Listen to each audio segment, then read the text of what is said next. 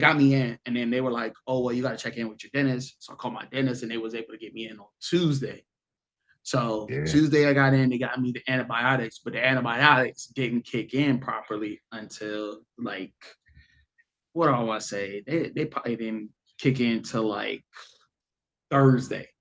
So Wednesday I took the what's this called? So Wednesday I had the root canal, and then we finished everything off. I want to say like Thursday. Tomorrow I have to go in and get the actual permanent crown placed in. Mm. Godspeed, my boy. That sounds terrible. It won't, but it's okay. But we here now. It's nothing but the guys. Why you always got this Yeah, goddamn man.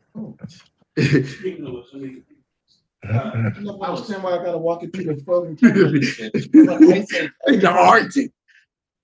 I'll be up there about to look like fucking Sid out of nowhere walking this bitch. She's crazy. Well, it's the fellas here. We got the brewskis, except for me because I got my own medicine. But y'all know what time it is. Every game, every era, every fan. You're listening to Squad Sportcast. 4 brothers, 1 mic, all sports. Before we jump into today's show, we like to celebrate another huge milestone. First, we like to apologize for missing out on you guys last week. I had a lot going on, and I just could not make it through. However, apologies. Squad Sportcast has officially surpassed 250 subscribers, and we are now sitting on 296 strong as of this episode right now. So Let's go. Every single person who has watched, liked, commented, shared, and subscribed, thank you, thank you, thank you. Of course, what's just started out as 4 brothers talking about sports has turned into an incredible community, and we are just getting started. Now, the mission is simple. We are officially on the road to 300 subscribers, and we're 4 away. No, we're on the road to 400 subscribers. We only got 4 away. We're only to 5. We're on the way to Nah, 500. bump that. We on Hey, the you know road what? to I like that. 500. As You a feel me? fellow 5, we're on the road to 500 subscribers now. Yes, so sir. if you've been rocking with us every Tuesday, help us get here. Share the screen with stream with a friend. Hit that subscribe button. Share it. We on all the socials. You can catch us on the socials. And let's continue building one of the best sports communities out here on YouTube. From all of us here on Squad Sportcast, thank you for believing in what we do here. Now, let's go ahead and get on to business, shall we? We got a Crash King, the crown out here. Hold up. Before we crash, we would be remiss if we didn't send our thoughts and our prayers to Chris Johnson and his family. That whole situation is wild, but we know for a fact that those of us who believe in the higher power, that has definitely got his hands on him and his family. So our best wishes and love and support to his family, to the whole Tennessee Titans community. Our thoughts and prayers are with y'all. All right. Now to the shenanigans. We like to go ahead, like I said, just what Marv said. We want to send our thoughts and prayers to Mr. CJ2K. It's a tough one out there. I've seen the post. We talked about it. Sometimes you can just do everything right, and life still comes with that mean uppercut. Matter of fact, Mike talked about it. Hey, sometimes it's just time to pay rent. When it's due, you gotta pay up. For sure. All right, now let's get on to this business, shall we? We're going to go ahead and crown this Crash King for episode 33. And our winner is none other than Mr. Mike Montgomery. Back. Of course he is. Of course. If you didn't see the episode for episode 33, please take a go ahead and switch over to episode 33. Watch that episode and you will understand why we had to crown this man for the Crash King. As always, Sir Mike, you have the next 30 seconds. The floor is yours. You know, I take this title so graciously because it's necessary because y'all be on some foolishness with these ridiculous takes that y'all have.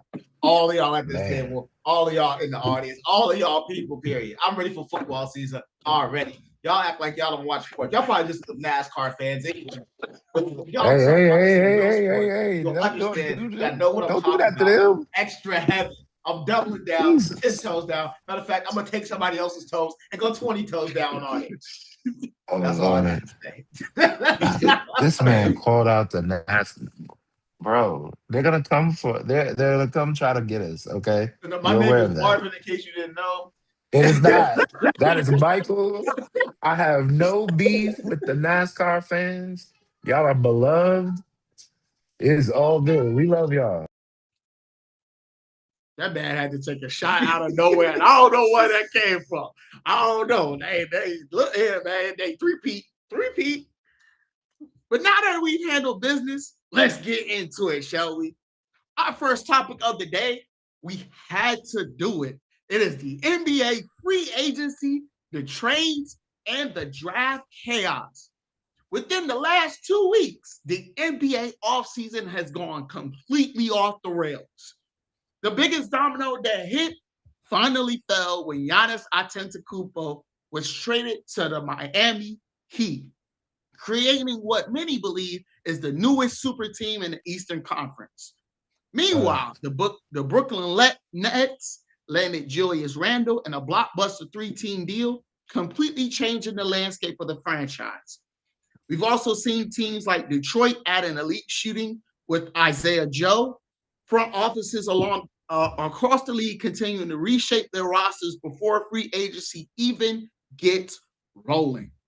Also, you have Ja Morant, who has moved over to, and I'm going to get it wrong because I forget it. I don't have it on my screen. He is with the Portland Trailblazers. Kawhi Leonard, from breaking news, has just moved to the Toronto Raptors. Back to the Toronto Raptors. Back to the Six. And also, breaking news from earlier today, LeBron Magic Cart James has informed the Lakers. God said what I said. Listen, he's clearly Gyarados. I said what I said. That man is not Gyarados anymore. He is Magic Cart. That's why I want you to know, Lakers fans, LeBron Magic Cart James has informed the Lakers to move on from him as he plans to sign with another team. See, that's what I'm talking about. That's what a real GOAT looks like. Show that one more time for the camera. Show it one more time for the camera. You wore that shirt. I had to do that. Let them haters know. Definitely ain't the GOAT. That's what GOAT status for a reason. It's blurred for a reason. No. See, y'all some haters. Y'all are some haters. You know, that number 8 is accurate. That's about where he's at in the all-time list. Oh, you okay. We not gonna get into that. We're not doing Kobe hate today. We're not doing Kobe hate.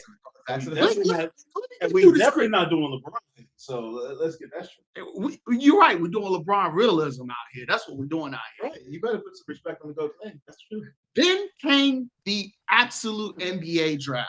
Washington Wizards selected AJ Bonsa with the number 1 overall pick, and many scouts believe he has an all-NBA potential after averaging 25.5 games in college, which means probably about 10 or 15 his rookie year.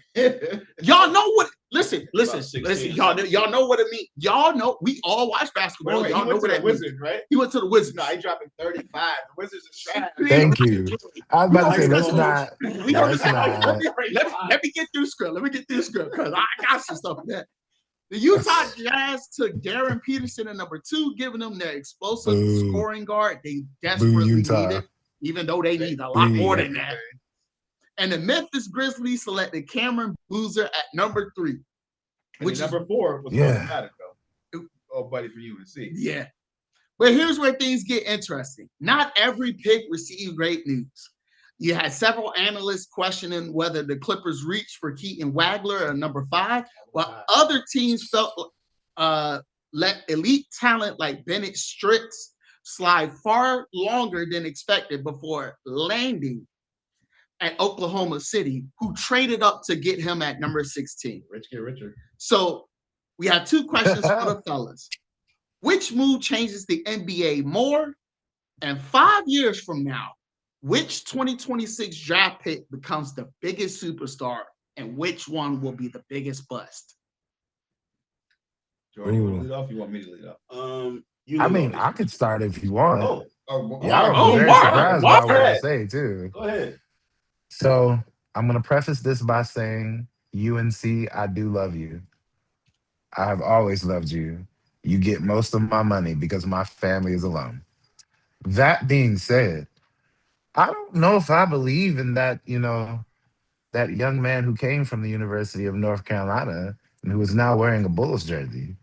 And as much as I like the connection between UNC and the Bulls, I'm actually concerned that he might not be as good as advertised.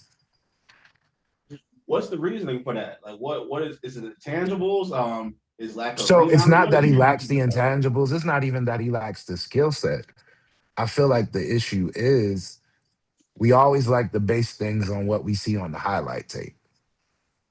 There's not a lot. There's not enough, in my opinion, considering the gruesome incident that happened while he was in the middle of trying to change the trajectory, I would say, of the University of North Carolina men's basketball team. I think such a major injury, and then, no, like, I would have rather him have the injury, at least have a summer and a season, and then go draft. You know what I'm saying? Because I feel like now, I feel like it's going to end up being, and this sounds petty, but I feel like this is going to be a LeBron James Jr. situation where he's going to go to the league. He's going to have a lot of buzz and a lot of energy behind him. And in order for him to get to the level in which he needs to get to, he's going to end up having to spend some time in the G League for a little bit. Wait, it's going to be a little. You mean a Bronny James reference, not a LeBron James? He said LeBron James Jr. LeBron James Jr. is his name. There are some major differences between the LeBron James Jr. and Caleb Wilson. Caleb Wilson was highly scouted and highly drafted. LeBron James Jr., also known as Bronny, they wanted him to be up there at the top, at least the first round, but he almost was undrafted. So they pale in comparison right now. They are two different planes. And I'm a LeBron James fan, so this is just me being real. Ooh, not the Duke fan defending UNC. Oh, I never thought I'd see the day. Right, twice a day sometimes. But anyway, I still think that he'll do fine as a Chicago Bull. But I think the problem with the Bulls is that they have all of these skill set players, but they don't have the pieces that you need to take a team serious. Like, I would agree. What position do you play in, Wilson? Forward. So he's gonna be a 4-3.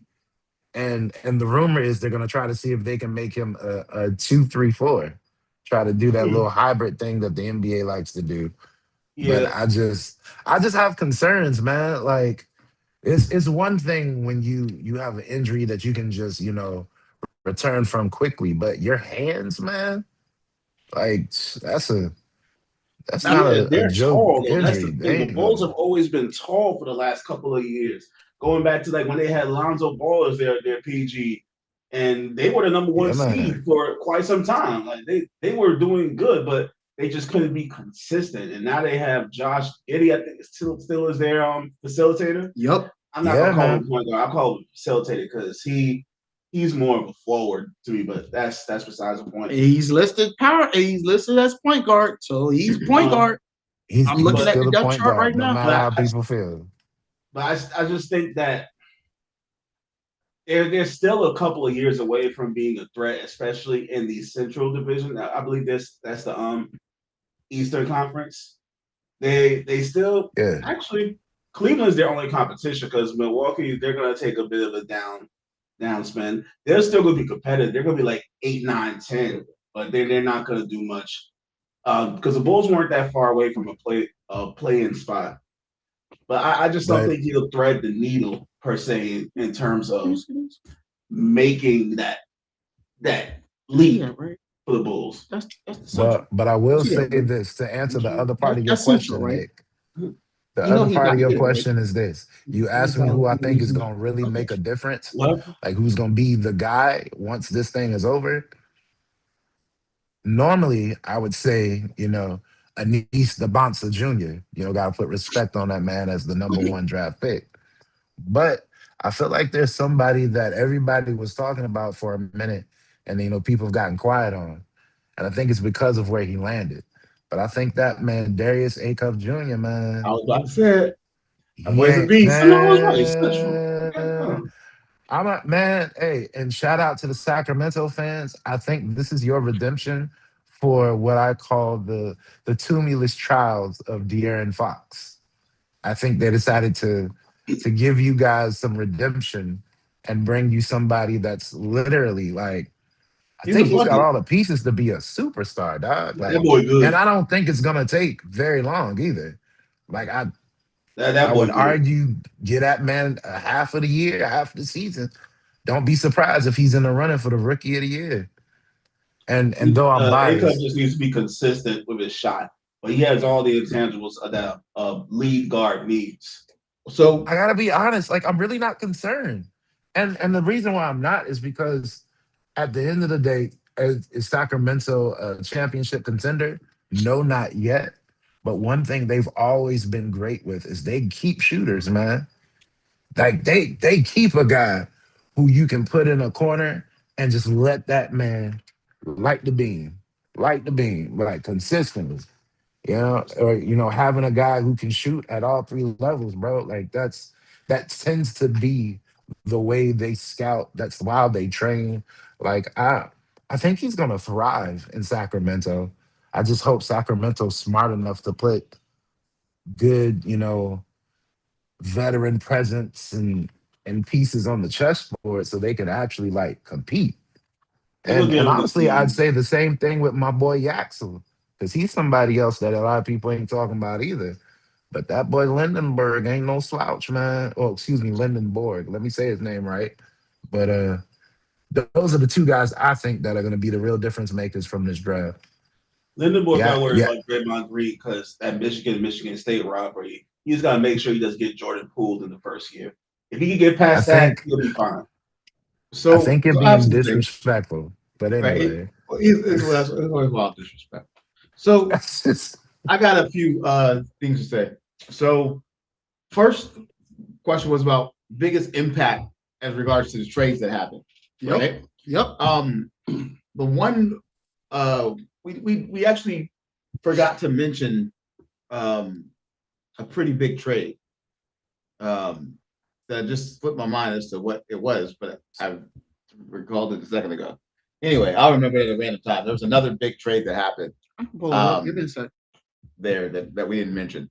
Anyway, and I think that trade was the most impactful, actually. It was LaMelo Ball going to Minnesota. To me, of all the moves, I think that's going to be the most impactful. And it's a controversial take because he doesn't move the defensive needle. Cal was talking to me about that. He doesn't move the defensive needle with Naz Reid. But I think the fact that he alleviates the pressure of Anthony Edwards, which keeps him fresher for longer, and also the fact that they still have Rudy Gobert there. They still have the defensive presence there. Yes, the West is deep. I'm not saying that the West is not deep. I understand that. But Minnesota is well coached. They've needed an additional scoring presence, especially at the 1. They needed somebody to alleviate the pressure off of Anthony Edwards. They still have a built-up team around them. I think that was a fantastic move. As far as the Giannis move, I think the Giannis move is a wash. I think Miami's not going to be good again, to be honest with you. I think that because they don't have the masses. I'm joking. You got to Hey, I'm joking. Your turn now. I'm joking. Your turn now. I'm joking. Time out. We're not doing this. I'm joking. It could actually be. No, I think that I don't think the Miami move is going to matter. I think LeBron, again, I've been saying it for months. I think LeBron goes to the Cavaliers. I think that's going to just be kind of what that is. When I saw the draft was interesting, but it wasn't that interesting because after there were probably 10 players that really stood out to me out of the entire draft. There was 2 moves that I really liked in the draft. Ade Mara, the center for Michigan, going to OKC, them having a defensive presence that stands next to Chet, because we know Chet is too skinny, even though he's a beast, but he's too small. He's too small, you know? My man needs to get in the weight room a heavy body, right? Because he's getting out there being Bogart. He just needs heart. That's what he needs. He needs heart, and he needs the gym, and he needs some creatine, and he needs to eat like 12 burgers a day, like it's something. Anyway, he's too small. The Shaq diet? The Shaq diet, for sure. The thing is, wait. So we like a Mara, right? Mm-hmm. Michigan, and I like that he went to OKC. Additionally to that, though, I actually really like the Ibuka Okori to Memphis, especially now that Memphis got rid of Ja Morant, right? Because now you have an opportunity to still put somebody in a position to succeed. Yes, he's a rookie. Yeah, he's probably going to only average 10, maybe 12 points a game. But you built for the future, even though you weren't even expecting to make that trade. So I think for me, those moves were the most critical. The LaMelo Ball and those two picks there, I think are going to shape the NBA. I think Desanya wins Rookie of the Year. I think he's going to average 25 points a game, to be honest, only because the team that he is on is terrible. Your scoring options are Anthony Davis, who, as we've talked about, is allergic to wood. He's only going to give you 8 games a season of an 82-game season, right? So if you're playing 10% of the games, you're not making the playoffs. Trae Young is still too small. I know he just signed this big contract, but he's not a game changer like they thought that he was going to be. He probably really never has been. He's done some things, don't get me wrong, I'm not here to diminish him, but he's not the game changer that we expected him to be, especially getting traded for Luka in the first place, which is part of him going to Washington now. But that means that they're going to have to feed somebody the ball. Trae Young is going to be probably one of the top leading the leagues in assists. I can say that because he's going to be feeding the ball to Dibasania. That's why Dibasania is going to get 25 points a game, 6 boards, a half a block, a half a steal, win Rookie of the Year. And I think it's going to be easy because they're going to be forced to force feed him, especially with Anthony Davis. I think Anthony Davis is already injured. Season hasn't started. I think he's already injured. So I don't know what happened to Marv, but I went up. So. Oh, okay, cool. But yeah, he's probably already injured. I don't know if you're allowed to start every season on injured reserve.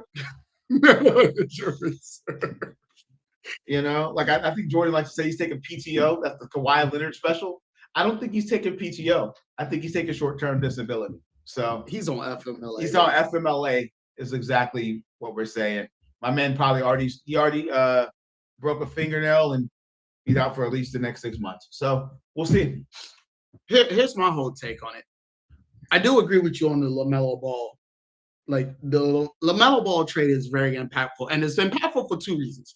Number one, for what you said about the Timberwolves, because it does alleviate pressure from Anthony Edwards to have to always push the ball up and always have to do it.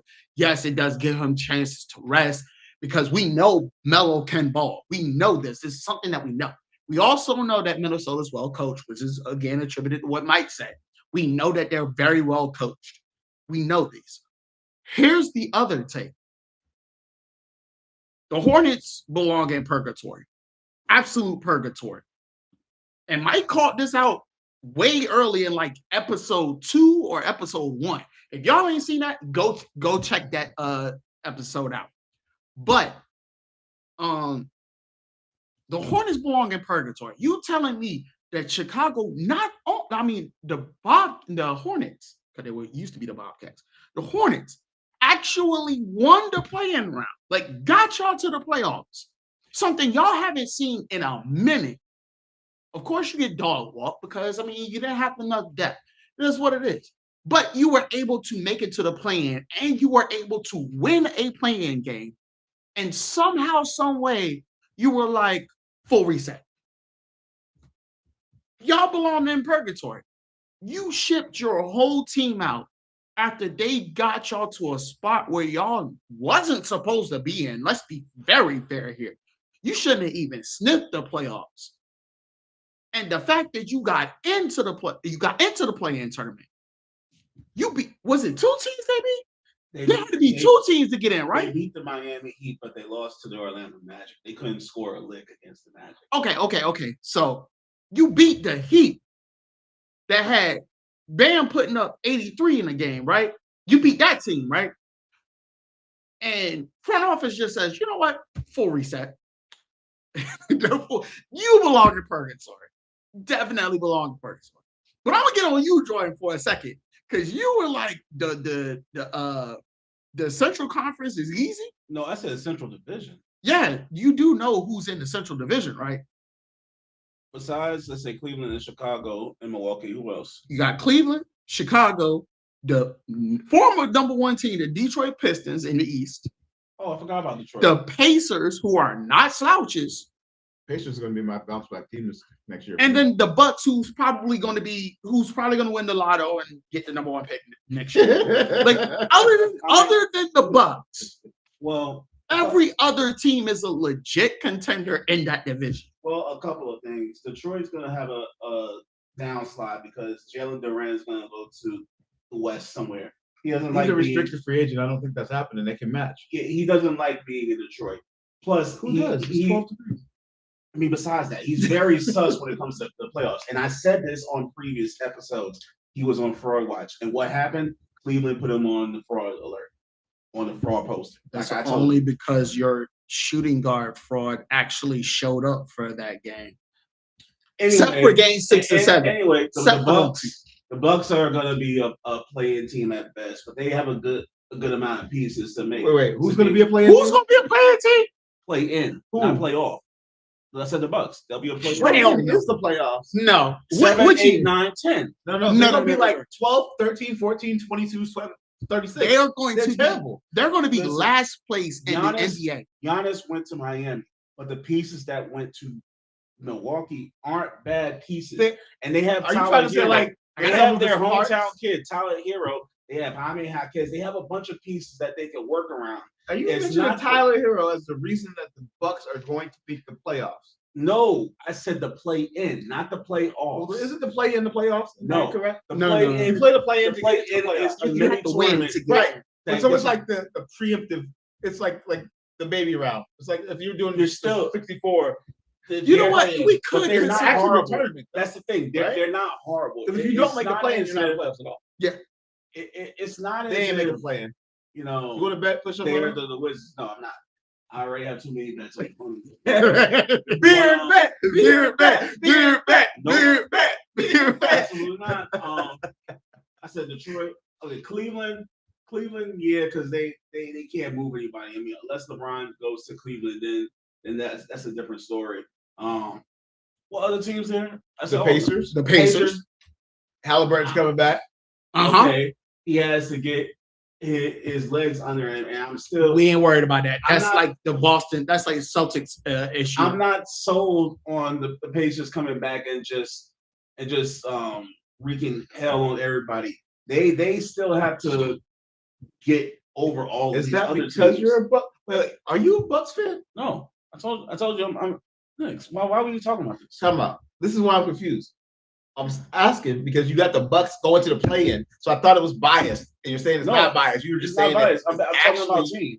Bro, you gotta be wild. You gotta be wild. Look at who we have right now so you far. Just say you're a fan of basketball. You got too many. No. Here's what the Bucks projected starting lineup looks like. Ryan Rollins at point guard. Ryan Rollins.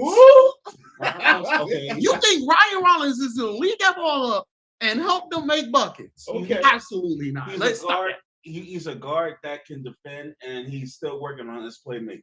Bro, I trust Trae Young more than I trust this man. Well, you should. So Ryan Rollins. Then you got Tyler Hero as shooting guard at 2. Okay. At 2, which is okay. That's decent. Okay. Jamie Jacquez Jr. shooting forward. I mean, small forward. Small forward. Okay. He's not a good forward. He's a good forward. Yeah. It's questionable. Why are you having him at the 3? He's gonna get burnt all day. Because Kyle Kuzma's playing at the 4. Kyle Kuzma should be the 3. No, Kuzma is the 4. Kuzma is a 4. Kuzma's not a 6'9". He's 6'9", so he has to play the 4 spot. Oh my goodness! And then rounding it all off at number 5, at the 5 position, Miles Turner. And you think that's a playing team? He thinks that's a playing team. They'll spread the floor. They can shoot. They can defend, but where? That's all I'm talking about. They can do those things against like an AAU team. No, it's gonna be a college team. A college team. College team. A middle school team. No, middle school. They're just short. It's a play-in. You're right. Okay, he's like, out here being disrespectful. Why? For what? Like, why? I gotta go pay bills and be responsible, and then all I hear is AAU teams. I'm here saying, Marv, that the Bucks are going to be at best a play-in team, and because they're going to be at best the number one seed. Never mind. I retract all of my statements. I apologize. Ignore me. I had nothing to do with that. AAU. Thank you. Anyway, I'm looking at the pieces that there. But what pieces? So I'm trying to figure out. The Bucks should change their name to the Bambies. Personally, you know what? They're going for the LeBron James sweepstakes. That's how they're going to do it. The Milwaukee Bambies. Who's going for LeBron James? The Bucks. Yeah, they're going to time machine and they're going back to the number one pick. They're going to get LeBron James. Don't pay them anymore. I'm sorry. I have to laugh at that. I think a couple of pieces trade-wise that kind of hurt me the most was that Julius Randle pretty much got traded for a bag of chips. He was on a contending team. They got sent to Brooklyn. I mean, Brooklyn's but on a serious, are you a Brooklyn fan too? No, I'm just saying I feel bad for Julius Randle. I mean, you're on a team that made the Western Conference Finals 2 out of the last 3 years, and now all of a sudden you're on like the lottery team. Like you see Brooklyn, you see lottery. It's no wonder they hosted the draft. First of all, we've already decided the Bucks are going to the lottery. They're number one. They're not allowed. Brooklyn can be number two. We don't want them. Bucks are going to be number one. No, the Bucks have better pieces right now than Brooklyn. Now, there's a couple of other bums out there too. But I think the best trade. Well, I feel bad for Charlotte as well because they let go of LaMelo Ball and Miles Bridges. You let go of a couple of your corner pieces for cash considerations, pretty much draft picks. You let go of your young nucleus. Why? Y'all were that close to getting into the playoffs that y'all could build off of that and make something shake, but y'all didn't want to. Y'all wanted to go younger, go for more money. And I'm just like, y'all were that close. I have a question, sir. Yeah. So why do we feel bad for them? Is this not the bad? That's what I'm trying to say right now. The bad trend of choices that the Charlotte Hornets have made. Like, let's be clear. The fan base is gonna hurt because they were finally getting used to winning. Because Bob Nets are January to the end of the season, they had a better record than they did previously, and they were getting more buzz. No pun intended. They were getting more viewership. They were getting more nationally televised games. Man, I'm gonna tell you just like this. They thought that doing a full reset was the answer. They deserve to be the bottom of the barrel. Sorry. I think this is going to be the very first season where Charlotte goes back to being trash again. And that's so disrespectful to Charlotte's fans. But they didn't get nothing. They didn't get anything. Like Charlotte literally just got a whole. They got a top 5 pick and next year's draft. And a top 5 pick. That man got traded for a bag of pretzels to Phoenix. And what's worse is he gonna go to Phoenix, and Phoenix ain't gonna do much either. Yeah, but I think the trade, like I said, I think LaMelo going to Houston, not Houston, wow, going to Minnesota actually works out. Like they were saying, it gives Ant a playmaker. He doesn't have to be the primary ball handler all the time, which it hurts him a lot because when it comes to basketball usage, he is up there with LaMelo Ball. So I think it's going to work out for the team, and they'll stop leaving the ball in Rudy Gobert's hands on some offensive plays. He can just lob, defend, and protect. That's all he needs to do. What do you think is the most important move that's happened? I think the most important one is the biggest move, and not the Kawhi. But I was going to say also the Kawhi. I was actually going to say the Kawhi. Kept everybody. They kept everybody in trading for picks. That's insane. Scotty Barnes is Grady Dick. Quick. Yeah, they did. Grady last name. Grady Penis. Grady Johnson. Grady Big Ben. Grady Long Johnson. grading picks. Pause all of it. At this point, just pick a corner. Just pick one. Take a lap. Not even one. He needs 5 laps. He needs 5 laps. What now? Exactly. 10 because he's a deuce. But can we also not fail to mention they also got Brandon Ingram. And Brandon Ingram is still. What is going on, bro? What is this? You about to win Crash Out King and like we ain't even like. No, he not. Not to the next topic. If you think this is bad, wait till we get to the next topic. But nah. The Raptors really fleeced the Clippers. Again, everybody fleecing the Clippers. They deserve it. You think so? No, the Clippers got fleeced in the draft lottery. They keep in mind because the Thunder was supposed to. The Clippers supposed to have the 5th pick, I think, or the lottery pick, and because the Thunder won or something, they got moved up, or whatever. They got fleeced on that, and they got fleeced in this trade for picks. We'll say this. I don't necessarily think they got fleeced in the draft. I still think Keaton he's not the best guard, but he is a solid guard. Now, I mean, I could get a security guard and put him as a guard there. I mean, it won't. You've got to stop, bro. You got to quit. We cannot do this. We're not going to be. That's facts right there. That's facts. So tell me this. So, wait, I have a question though. How are the Blazers going to operating with 9 guards and no front court? I ain't never seen no strategy like that.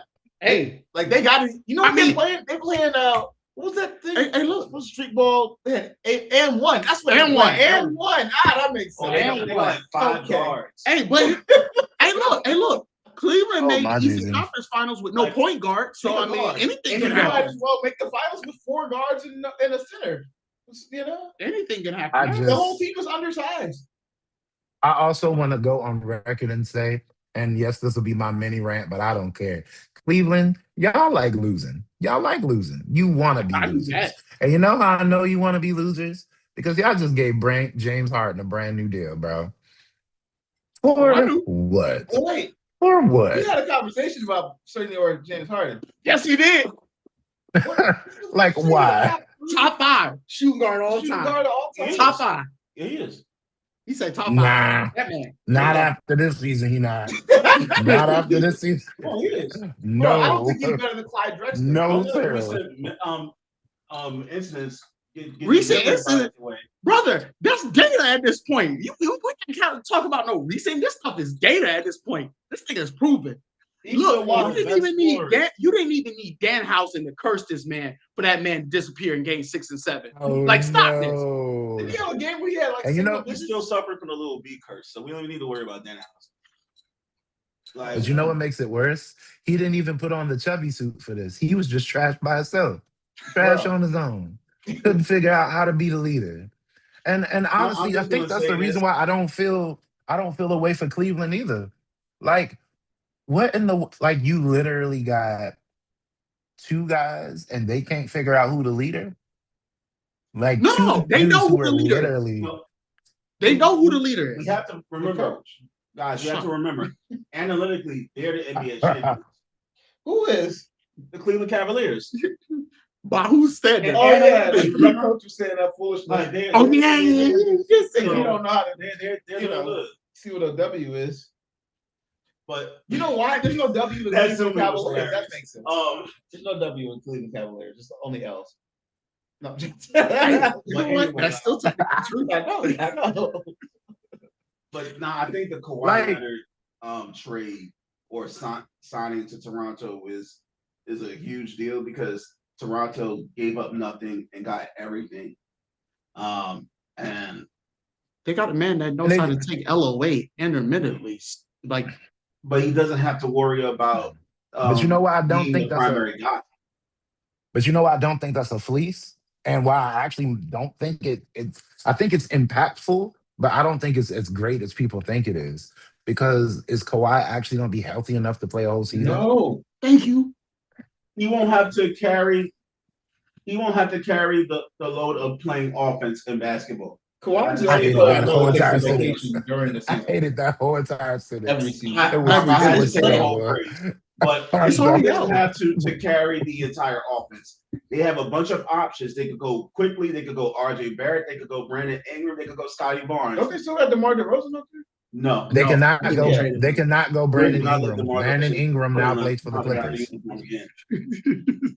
They cannot go Brandon Ingram. Brandon Ingram plays for the Clippers now. So he plays for the Clippers. You didn't read the trade. Kings. Bro, Brandon Ingram got traded with Grady, whatever his last name is, to go to the Clippers. Oh, okay. And I stand corrected if that's the case. All right. Well, we have there's to move nobody on. there. We got to move on. I got three we do. wonderful more topics for y'all and 3 more opportunities for y'all to crash out. If this one doesn't get Jordan the Crash King title, he not getting it tonight. Because topic number 2 is Angel Reese versus Caitlin Clark. Now, ladies and gentlemen, whether you love them or you hate them, no 2 athletes have changed the WNBA conversation more than AR and CC. Let's look at the numbers, shall we? This season, Caitlin Clark has averaged roughly 19 points, 8 assists, and 5 rebounds a game, while ranking among league leaders in assists and 3 points made. She has already become one of the WNBA's biggest offensive engines when she's on her A game. And whenever she's on national television, television ratings routinely shatter their previous league records. Meanwhile, Angel Reese continues to dominate the paint, averaging nearly 18 points, 13 rebounds, and a double-double consistently every night. She's once again among the league leaders in rebounding and second chance points, proving that she is one of the more physical forwards in basketball.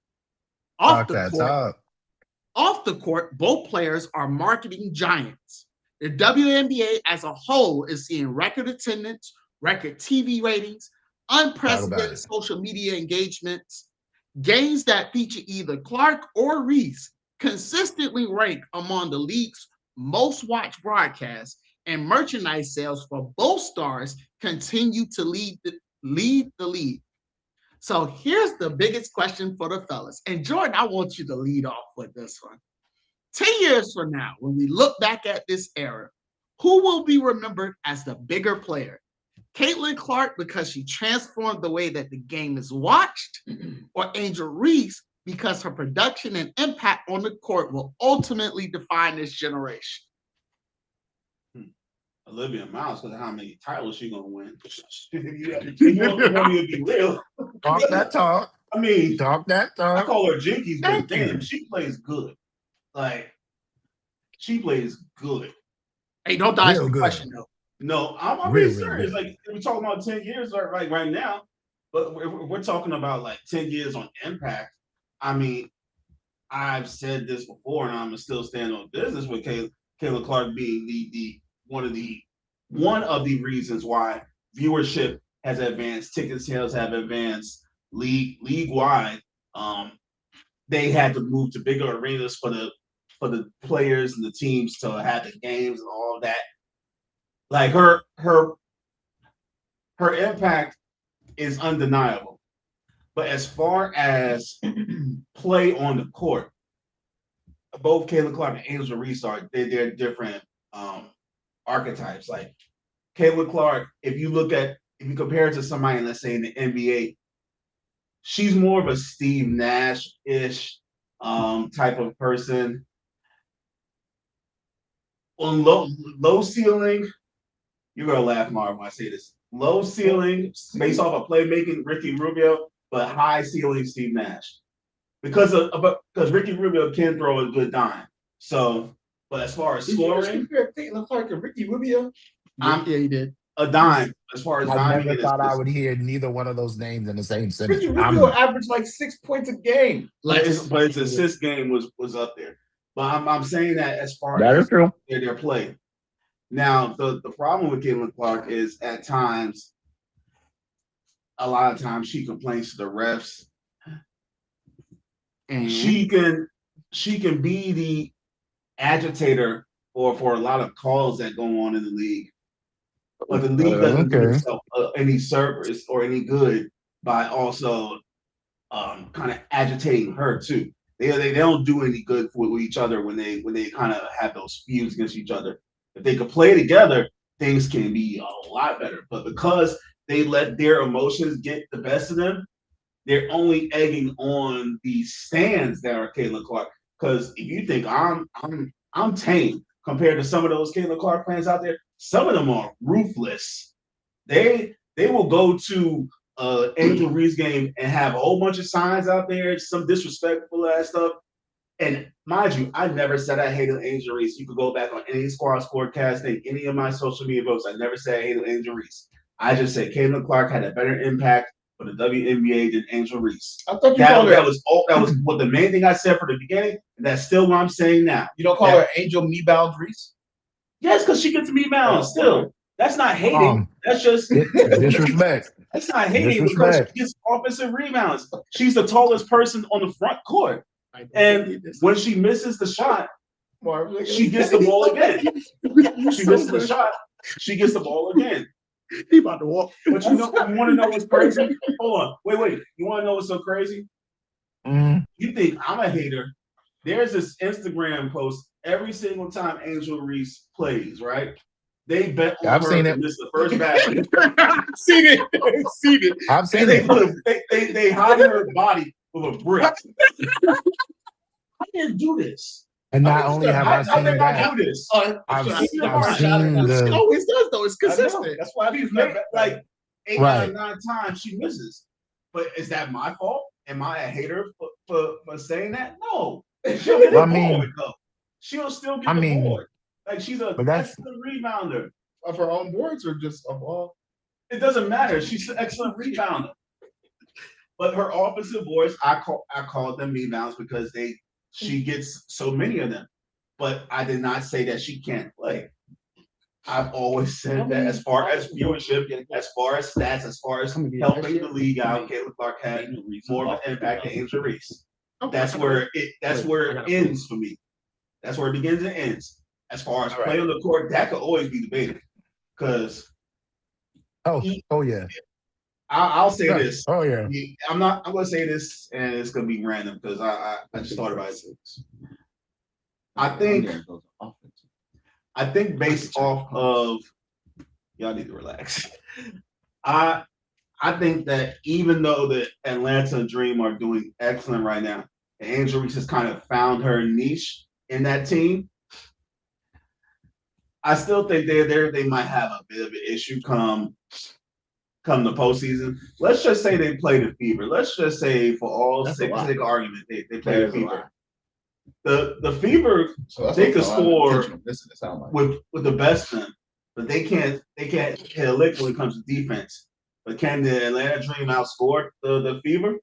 I mean, I know they played a couple of times and the Dream have won. But when it comes to the playoffs, it's a completely different environment. The playoffs. Things slow down. The Fever record trash right now? No, the Fever still up. I think they're like 10-8 or something like that, or 11-8, 11-9. They're gonna be like 7 or 8. Some other team I figured it out. The Fever are still going to be there. But the thing is, will Caitlin Clark be healthy? I'm not too sure because she's had a lot of injuries, especially this season with the back and all that. But if the Fever don't make it, I mean, I don't see anybody besides the Lynx or the Aces stopping the Dream. I mean, the Liberty are going to be there. The Tempo are going to be there. I've seen the Tempo play. They pretty good. Don't let this face fool you. I keep an eye on the WNBA. So, yeah. I digress. I watched the WNBA. I digress. So I've always said Caitlin Clark threaded the needle when it came to helping the WNBA. You got it. More exposure, more injuries for the WNBA. You College-wise, though, they both blew it up. But as far as a player on the court, that can always be debated. Mine was always. That's where I stand with it. So we can put this mess to rest. Because I'm tired of always having to debate this Caitlin Clark mess with y'all. I really am. I really am. Well, it's crazy. Well, all right, let's get back into what I was Well, here's the thing. You know what? I might let you live a little bit because at least you ain't cop no pleas for her today. But I just want to help you since you like to talk about the me bounds. As of today, right now, at a 9:50 p.m., Angel Reese is actually the defensive rebound leader in the WNBA. I just figured I'd let you know that. It's 11.6. Offensive rebounds a game is the I problem. just figured I'd let you know that. But to answer your question, if it has to be between Angel Reese and Caitlin Clark, if we're talking about impact in 10 years, I actually think it's going to be, ironically, Caitlyn, but not for the reason y'all think it is. Her impact is actually going to be the shenanigans surrounding her name. And a lot of that issue is especially going to have to do not with Angel Reese. Ironically, it's going to have to do a lot with Alyssa Thomas and the Phoenix Suns. Are we talking about that incident? Oh, yeah. Choking incident where she choked him like. Well, here's the thing. Well, here's the thing, bro. It ain't even so much that it's isolated because this ain't the first time. Like, for whatever reason, Caitlyn's fans are going to be the reason why her name ends up having an asterisk. And the only way she's going to be able to remove it is by getting at least 2 chips, minimum 2 chips with Indiana. Like Doritos and Lay's, or we're being serious here. Banner on the wall. But but they're gonna need to. But see, here's the problem. The reason why Indiana's not gonna end up seeing a banner is because they happen to be in a conference where they have teams like the Liberty. Now they got to deal with Toronto, and who would have known the tempo would be like that, bro? You talking about Maria Mabry? What, she putting up 21.2 a game? Oh my gosh, a 50 piece. Man, listen. I think she's topped the single season high scoring record. Yeah. And right now she's number 1 3 points made, man. Like when I tell you, Toronto, if there was a team of the year like they do rookie of the year, it'd be Toronto Tempo easily. Them girls is balling. But back to the main truth, when you have so many issues off court surrounding your name, the truth of the matter is that noise ends up louder than what you got going on in the court. You want to know what's crazy, Marv? And so the only way you can shut that up is you got to win. You want to know what's crazy? AT, apparently, she's been notorious for having her hands on people. Like, this ain't her first rodeo. Like, but this wasn't one of those. Right, but this wasn't. So I've watched the play. These wasn't one of those things where she was really trying to be malicious.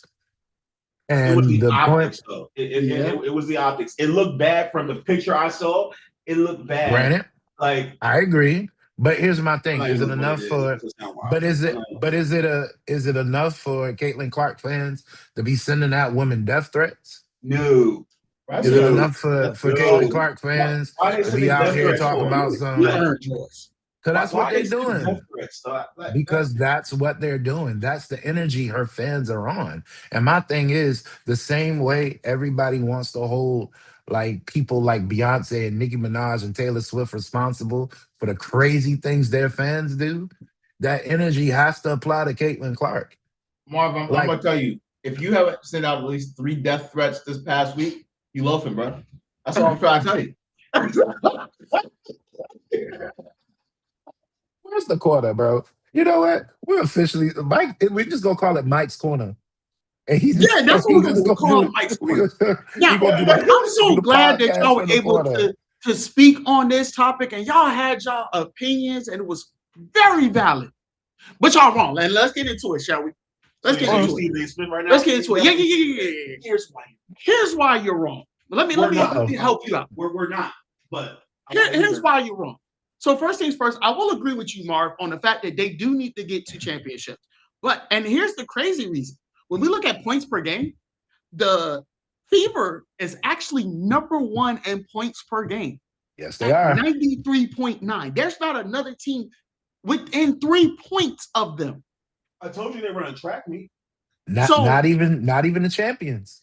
So they're on they're good.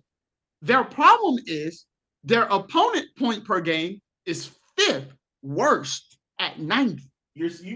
Mark, y'all say good. I say average because the way they play defense, like it's horrible. For what I've seen, they give up a lot of points. But here's where the problem is, and nobody called it out. The problem that is with Caitlin Clark, and like I'm gonna stand on this. Here's the hot take. The hot take is yes, Caitlin Clark will be the most impactful player in the game. However, Caitlin Clark has to work on her turnovers. Turnovers is the biggest thing that has impacted Caitlin Clark's impact. Because again, you can't have a team that has a staggering 3-point differential as far as total points per game. Talk about it. And you're sitting at 7. 7 turnovers a game? No, you're sitting at 7 as far as the team rankings.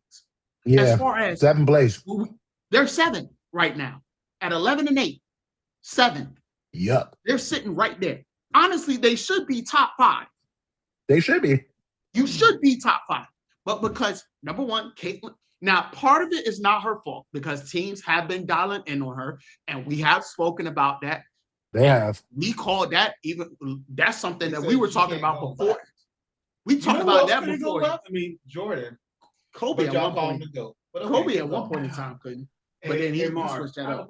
Michael, and I have to call you Michael. We're not going to do this. What is the difference in passing between Steve Nash and Magic Johnson?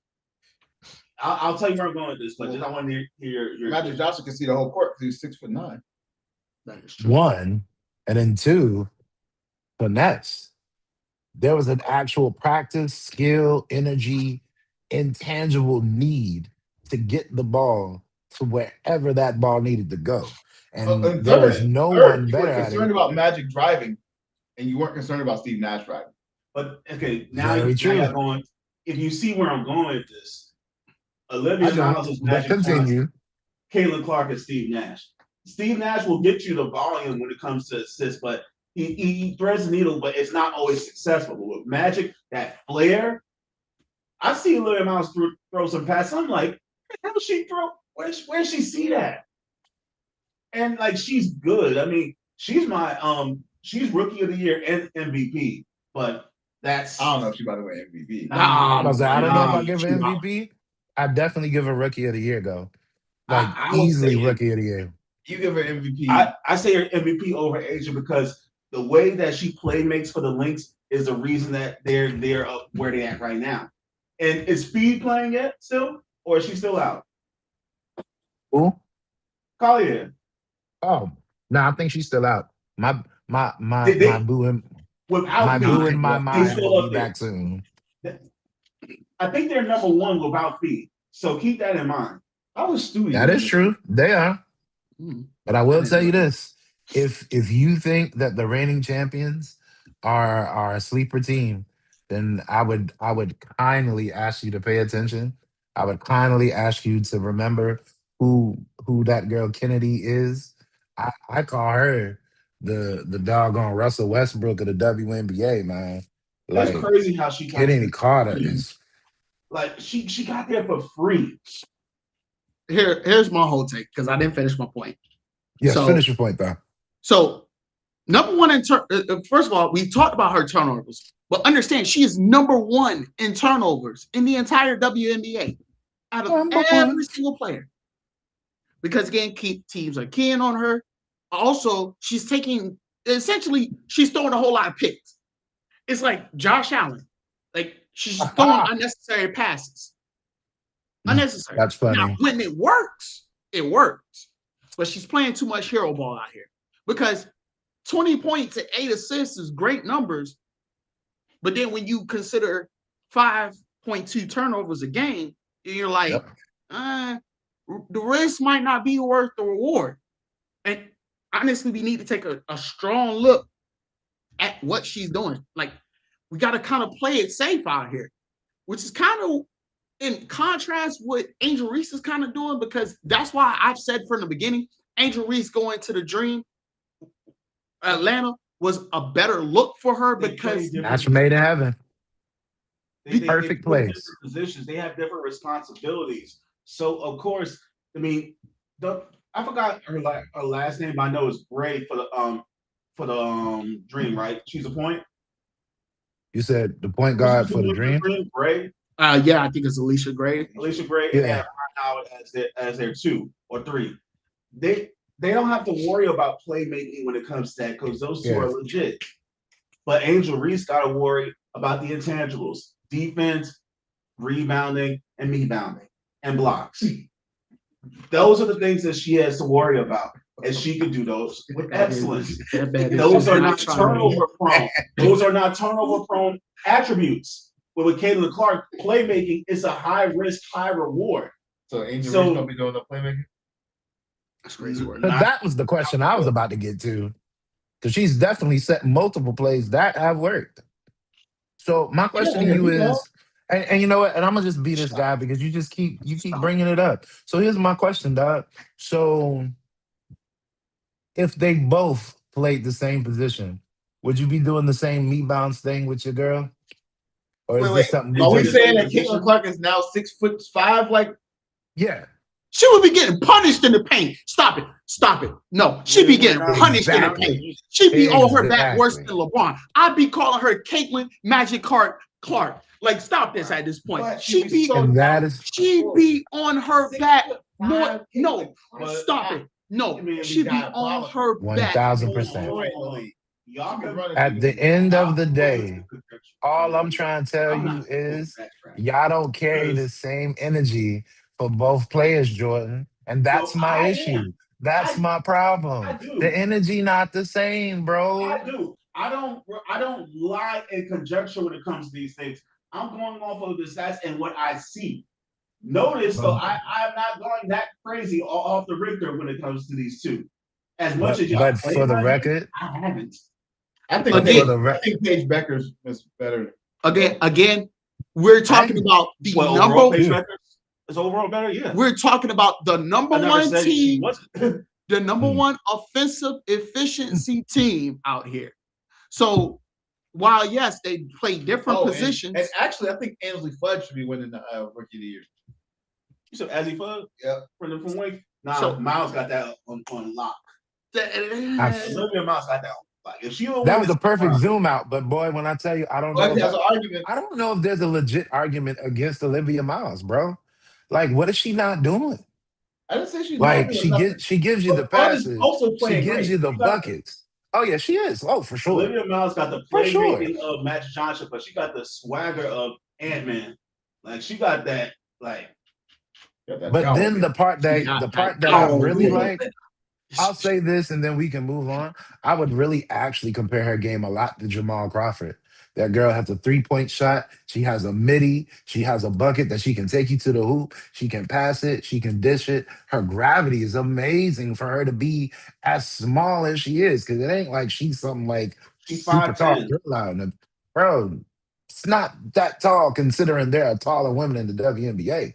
Like, bro, Olivia Miles is really like, bro, like that. I'm taking nothing against from AZ, from Paige, from my girl in Washington. Is it Kiki Ifrin? I always say her name wrong, but she's a beast too. I ain't taking nothing from none of them. But like when I tell you, man, have they given her a nickname yet? I don't know what it is, but they call her Magic, but I call her Jinkies for obvious reasons. I'm gonna call her Magic because Jinkies also feels disrespectful. By the way, guys, the New York Liberty won the WNBA Commissioner's Cup, beating the Aces 93-85 tonight. Okay. Wow. Yeah, I want to look at the stats from that. Not too sure. What I love about the WNBA, though, is that I believe both conferences can have titles. You can have let's say Liberty play against, let's say, the Tempo for the WNBA title, if I'm not mistaken. They go like 1 through 8. It doesn't matter about the conference. So let's just say the Aces could play. Aces could play the Lynx, and that would be a fire ass matchup for the championship. Any given day. What would happen if the NBA did that? Well, technically, they're technically that's what they call themselves trying to do with the what do they call it? What's the name of NBA it? Cup, The Emeritus NBA Cup or Cup, something like that. the I won the Emeritus NBA Cup. Cup last week. That's technically what the bro. I said NBA on my cup. So I'm gonna take the last one. Just over there. I'm about to clear the whole table off at this point. Just go. Just go. It's full table rack, You're bro. not doing this, Mike. I don't even understand. The stress. You know what I need, honestly? This is what I have to drink. I got Celsius at this point. I need football season to make its way back just for you, so you can calm the hell down. Because you are out of pocket right now. Right? This is what happens when you're over there and not here. Because I need help with keeping these two under control. I can keep myself under control. Thank you very much. I don't even know what to say to that. Oh, also, just on a slight, because I know we're not going to spend a lot of time with it, but on a slight note, I can't believe Germany got trounced in the World Cup. Wow, I'm so that's glad crazy. You brought it up. That is crazy as hell. Because bro. Guess what? That's our next topic right now. So our next topic, greatest segue, World Cup next. The World Cup round of 32 is officially here, and Team USA actually did what they had to do to survive. I'm sorry, America. I'm sorry, America. I was wrong. Now the Americans face their biggest challenge yet as they prepare to take on Bosnia and I ain't even gonna try to say that name. On tomorrow night, make sure to watch it with a spot in the round of 16 on the line. But the biggest story hasn't been the favorites, it's been the upsets. Before the knockout stage even began, teams like Cape Verde, Congo, and Canada shocked the soccer world by advancing when very few expected them to make it out of group play. Meanwhile, traditional powers Cape like Verde, Uruguay, by the way. Scotland, and Turkey was packing their bags after failing to survive the group stage. We're now on the round of 32, and the madness has gotten even better. Paraguay delivered arguably the biggest upset of the tournament, knocking off four-time World Cup champion Germany in a dramatic penalty shootout. Morocco stunned the Netherlands, surviving extra time before winning on penalties to catch their ticket in the round of 16. Of course, Canada made history by defeating South Africa for its first ever World Cup knockout victory, and Brazil survived a major scare, needing stoppage time and a goal in order to escape Japan after trailing for much of the match. Despite all the chaos, the tournament favorites are still alive. Argentina, of course, Brazil, France, Spain, England, Portugal, and Belgium remains among the leading contenders to lift the trophy. And the USA. They not favorites. They're not favorites. But the gap between the favorites and everyone else has never felt smaller. So here's the telling stat. 9 of Africa's 10 representatives have reached the knockout stage. The best performance in World Cup history. All 3 of North America, US, Canada, and Mexico all advanced out of the group stages, with Canada already making round of 16. So here's the question of the year. With the Germans and Netherlands already eliminated, who is the next giant that you believe will get knocked out? And can Team USA take advantage of this bracket to make a legit run to the quarterfinals or beyond? Marv, I will let you lead this out. Man, I'm going to be honest with you, bro. I'm scared for my pick. I got France winning it all. If Paraguay continues to be as tough as they are, their offensive schematic is crazy. Those strikers play no games. And honestly, it's really just the heart. Like, there's no way you could have written, because the internet's the internet. There are people saying there's a script for the World Cup and that there's already been declared a winner by looking at the World Cup colors. But I can't see how, man. Like, this is the first time in history major countries from South Africa are competing and really giving teams problems. Like, I'm gonna be honest. From what I saw. Yeah, they play a little later on. Yeah, Cape Verde is still here. Egypt is still here. Algeria is still here. Ghana is still here. The DR of Congo. Oh man, go Congo, man. And Senegal. Let me not be disrespectful to Senegal. You know what I'm saying? But like, bro, Yep, Senegal's still in. Wow, bro. so I When have a I question tell you, for all you I three. think this is the first time that I'm really not sure. I'm really not sure who's gonna win now. I have a question for you three. As a person who doesn't normally watch football, how can a person like me get involved into it? Because I'm not usually a person that watches soccer, like football or the World Cup, and I'm trying to figure out what team to go for. How does this work? Where do I begin? Like where the hell do I begin here? So I'm I'm actually not sure glad about you you for the asked that. US. That's what I'm saying. I'm actually glad you asked that, and I actually think that's something we should talk about. So my break into European football was actually being in London to go to Liverpool and witness the Reds play in person. That experience was so life changing for me that, like, oh man, like to this day, I've never been to anything more live, more exciting, more welcoming. You're talking about I walked into a place as a 18-year-old man and 18-year-old black man at that. I walk in the stadium, I am handed a sweater, a scarf, and two pipes and told welcome. And they literally start singing the team song as I'm walking in, and I'm just walking in the stadium seats. I ain't nowhere close to like the main part, but they love the team and the energy so much that anytime they see somebody that they don't recognize, they welcome you like that. Just that type of camaraderie and that level of love and dedication to a team is something you got to experience, man. And so, for anybody who's looking to find a way to get into soccer, I always suggest to try to find a team that you can see in person.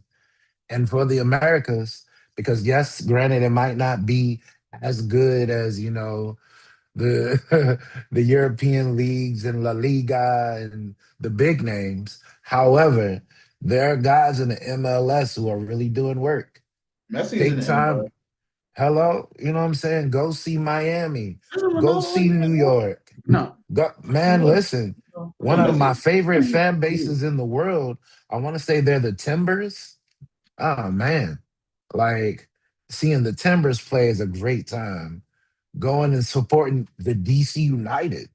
Dog. Like I Wait, always okay, say wait, if wait. you I can. have questions though, because I have What similar up? questions here. I know a bit more about soccer than Jordan, but I'm still not a huge soccer head. This is the question. I don't understand the game, which is why it's difficult for me to follow. The game ends in 1-1. All of a sudden, it goes to place kicks. Somebody else entirely is eliminated. I'm completely confused. Also, what is the plus like 3 plus 4 plus 5? What is, and then, that? Is there like handicaps like there is in golf? No. Is there? No. I understand there's penalty shots. No, there are penalty shots, but there's no handicaps. There can But be like, why do you stoppage get a penalty time. shot? When Because you get a guys do flag? stuff, yes. Yes. So When you get a usually foul, they hold the you fouls catch a until the card, end. you're gonna get a penalty shot. So, but they hold the fouls until the end. No, They're like that's stacking not how fouls. it goes. So what happens is basic level. You have two halves. Each one is 45 Yes. minutes long. So you play 45. the 45 minutes. At the end of the first 45, you'll have your intermittent period. It's like halftime show. So Yep. you'll have your halftime, and then they'll come back. They'll play the next 45 minutes. After that, if it's still tied, they play an extra inning. And I think it's like, what, 10, 15 minutes? Yep. About 15 minutes or so. About 10, 15 minutes. Now, is that like a sudden death, like first person scores wins? Or that's like a whole period? No, it's a whole period. It's a Usually whole period. it's a whole period. So it's whole period. If you don't win there, it depends on where you are. If you're in the World Cup, they move on to penalty kicks because somebody has to win. Somebody If gotta you're win. playing at like a league level, like the Like La Premier Liga, League, Premier, and the men's national team, wherever it is, they'll let you in a tie. It just ends in a tie. That's where it ends. Yeah. But if you're playing tournament style, it moves on to penalty kicks. Penalty kicks, you'll have now, 5. Question: who gets to kick the penalty kick? They choose 5 random. How many coaches are on the team? It's like 20 to 30. About 20 to 25. It's random. That means you can have somebody that's fresh that didn't touch the grass at all. They most likely will have touched the grass. Who picks who the penalty kickers are? The coach does. Okay. Wow. But he can pick anybody on the team. Yeah, but most likely he's going to pick like the 5 best. The 5 best. Okay. The 5 best, yeah. Now, are some people like in the NBA, some people are better at kicking, like scoring, and some people are better at passing, and some people are better at defense? Yeah. Like they have specialties in each of these? Yeah. Right? Yes. Like I played goalie, but only in like 3rd grade. And then everybody else grew and I didn't. So I stopped being interested in soccer. Right. So here's the thing. Like, for example, right? So like my cousin, shout out to my cousin. So he, Spady, plays for the University of Virginia, UVA. Though he is a striker, his specialty is kicking penalty shots. And that man's foot has gotten UVA quite a bit far in as far as, collegiate play is concerned. But I know most recently, because I think he had turf toe a game, even though he was one of the better kickers because he was coming off of energy, coach went in a different direction as far as who was kicking the penalty. I have another question. So I see in times in soccer where you have like a Freddie Adu, like 15 years old, and I was playing with grown men, similar to like Euro basketball, right? Where they put kids with the grown men and kind of get you there. The thing that I don't understand though, is there like a prep league for soccer to get into the majors of like the leagues? Like how do you, because like in baseball you have, triple A, double A, single A, and then you're in the majors, right? And then in football, you had to go through high school football, college football, right? And then you're drafted, right? In the NBA, they go sometimes from high school to the league, sometimes they go from college to the league, sometimes they go to the G League, right? To the league, right? In soccer, what does that look like? If I'm correct, I think it's like a relegated league that they play in, that if they do well, like the actual clubs will look at you and they will give you an opportunity. The club is like a team. Okay, so is a team. The club is a team. Just like Liverpool. Now, are clubs, so this is what also confuses me, because you guys have so many leagues that are different teams, and then they're in different areas, and then there's also clubs, and then there's also teams, and there's players, and then there's trades. Listen, I've been confused for some odd years about soccer. So please, team and club, same thing. Team and club are the same exact thing. Yes. Except if you're because if you're a real aficionado, if you really watch it, you're going to respect it and call it the club, because that is what it is. For example, DC United is called the DC United Soccer Club. Can they throw you out the club? Or yes, if you're not doing what you're supposed to do. Can you make love in the club? No, you can't. No. Listen, I have questions about the club. It's just the word club that throws me out. Continue.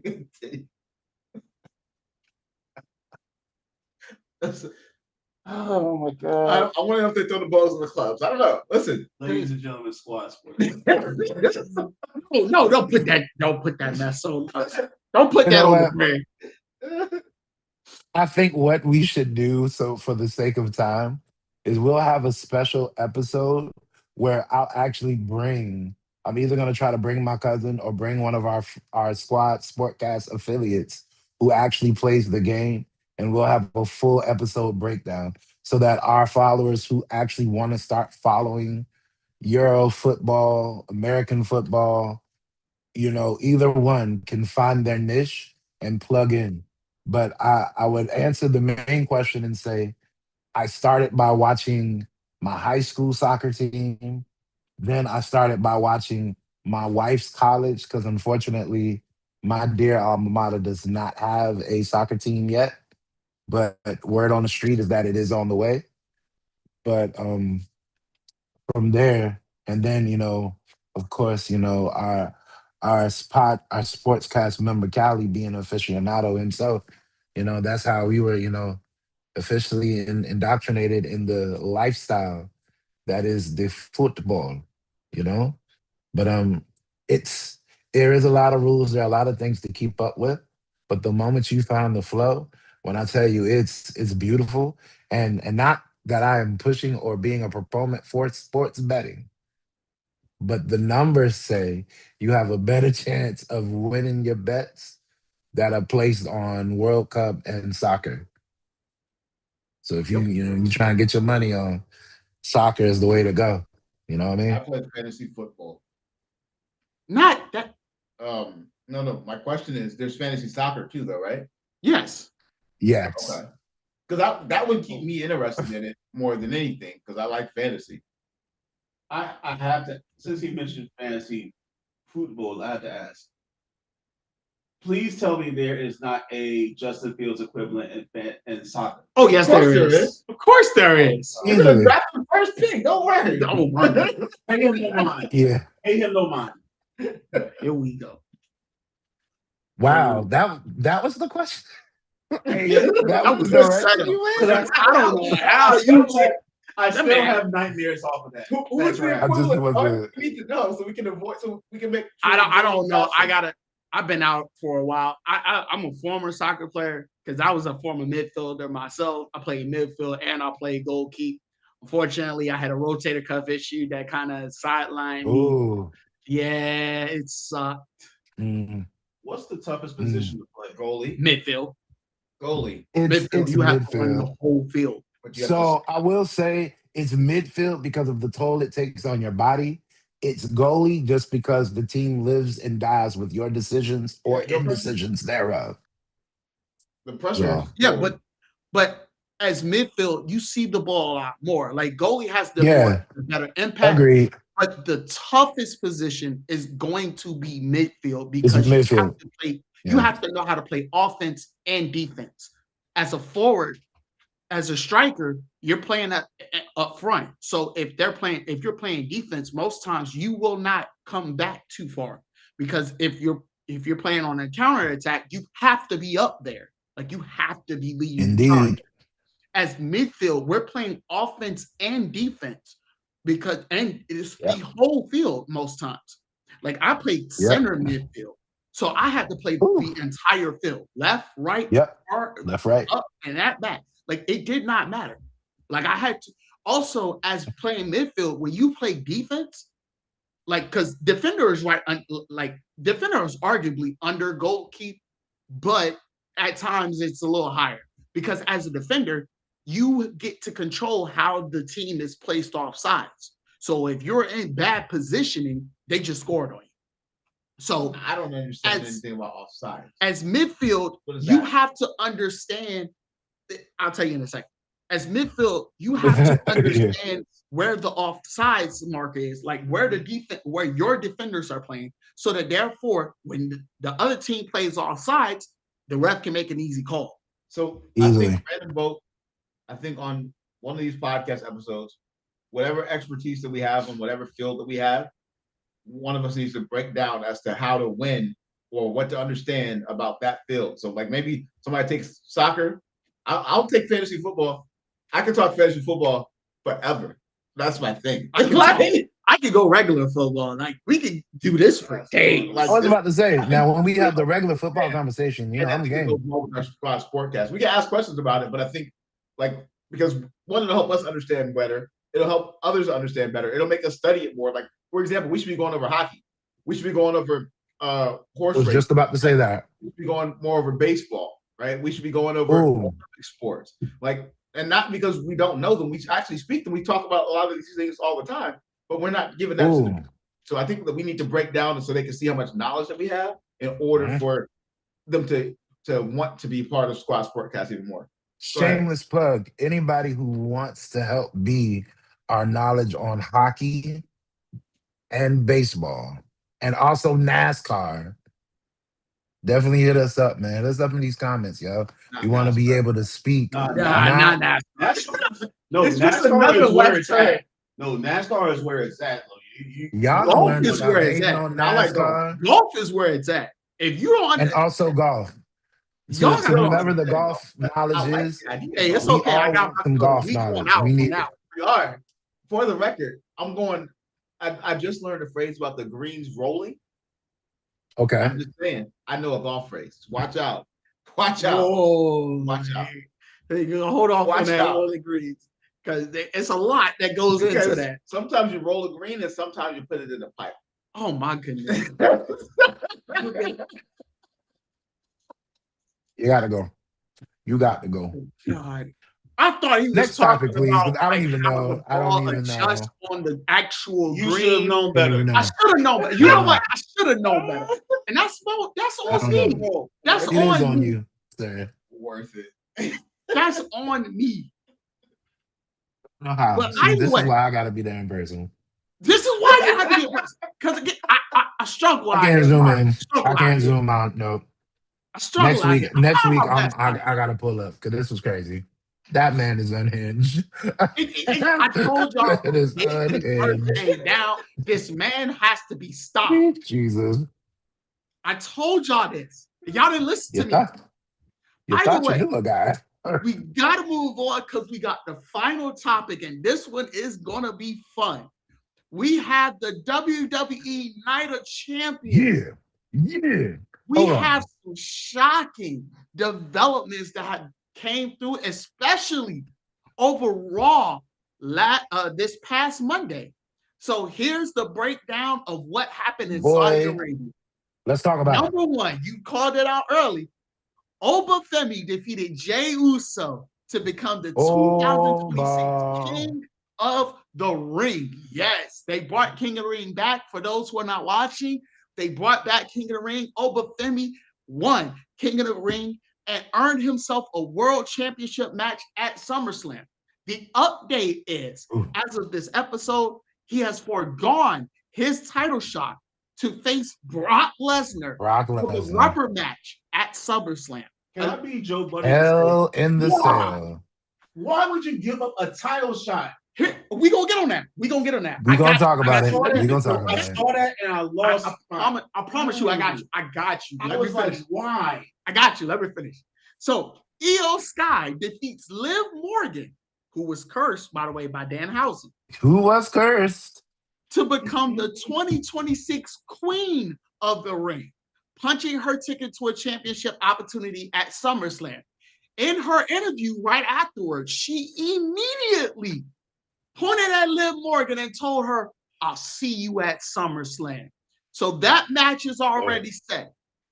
Seth Rollins escaped a brutal steel cage match with a hard-fought victory over Braun Breaker, proving once again, which is crazy, the Visionary is willing to do whatever it takes to win.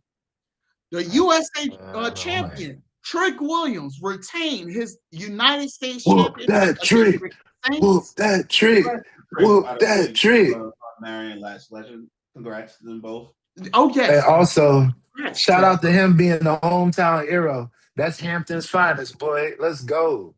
Continuing what is now becoming one of the strongest title reigns in WWE, arguably. Yes, sir. And we even caught Giannis having some fun in the ring afterwards. Tiffany Stratton survived Jade Cargill thanks to some outside interference involving Chelsea Green and Charlotte Flair, retaining not only the women's championship, the Women's United States Championship, but potentially igniting a massive new rivalry. And then the main event that shocked the entire wrestling world. Sami Zayn, or as formerly known as Sammy Uso, defeated Cody Rhodes and Gunther in a triple threat match to become the new undisputed WWE champion. WWE champion, man. After serving as the controversial special guest referee on SmackDown, he walked into Night of Champions and out with the richest prize in WWE. So now, here is the question. Did WWE make the right call putting the championship on Sami Zayn? Or which moment has the biggest impact on WWE in the future? What? What? Are we asking this? Come on, man. Like, so I'm gonna say this, and I'm not a Sami Zayn fan at all, but you can't be mad at it, bro. Son finally won it, bro. He finally figured it out. And quite frankly, I think shout out to whomever is prepping SummerSlam. WWE, I'm looking in this camera when I say it. SummerSlam better be the effing shit, man. Y'all niggas better come with it. And I'm gonna tell you now, if WWE don't mess around and make SummerSlam one of the best events of this year, all of it's gonna be considered a flop. All of it. I had better see some of the best matches that y'all have. Man, y'all better call the WNBA writers, the NBA writers, call every writer you can find. Hush up, McGee. I ain't talking to you right now. I'm talking about I need the You know what WWE you said. to put You know up exactly or what you shut up. said. We ain't gonna let that slide. Shouldn't he be the one getting it? Yes, you should. You should. Go find that corner. Oh, Mike's corner. And now they try to throw me in Mike's corner. No, sir. Look at my special blaze. Jordan, it's on you. But yeah, nah, it's Sami Zayn, man. It's Sami Zayn. That was my question. So I'm getting back into watching wrestling because the hype is real. So Sami Zayn is in that kind of that sphere where he hasn't won the big championship, and he's been getting close but never getting there. So this is kind of like his big moment. Mm-hmm. Sami Zayn is literally the Cleveland Cavaliers.